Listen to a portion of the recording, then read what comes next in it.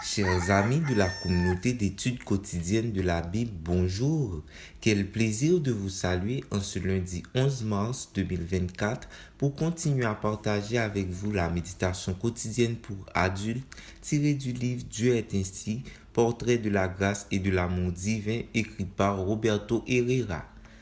Je tiens à vous remercier de votre fidélité à l'écoute de ces méditations. Celle d'aujourd'hui a pour titre Dieu, l'auteur de l'amour.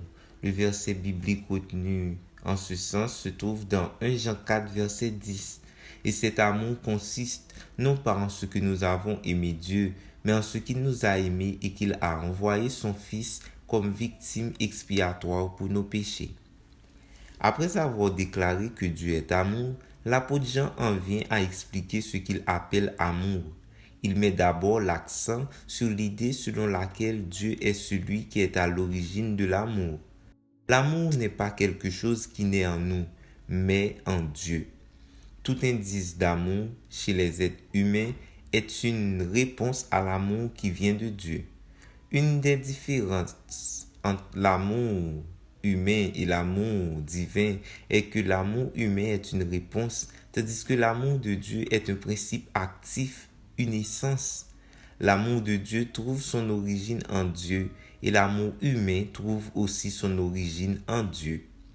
Jean nous enseigne non seulement que l'amour a son origine en Dieu, mais en plus, il nous conduit à lui.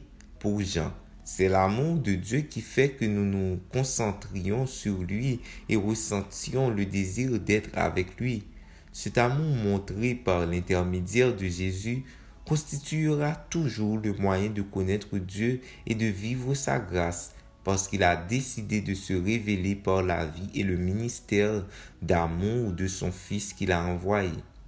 Même si parvenir à connaître une dénomination chrétienne grâce à des informations reçues ou en étant exposé à son prosélytisme est possible. Pour connaître Dieu, il est indispensable de recevoir son amour.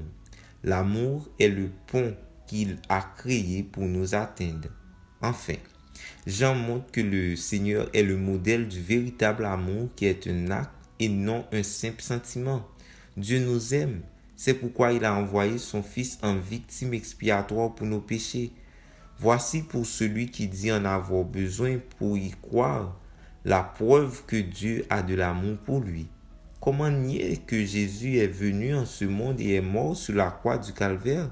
C'est un fait historiquement véritable et c'est ce que Jean appelle la propitiation, c'est-à-dire le paiement de notre dette envers le Père à cause du péché. Dieu ne nous a pas seulement aimés en parole, mais aussi en acte. De la même façon, ce que nous ressentons pour lui doit avoir un impact sur notre façon de vivre pour lui.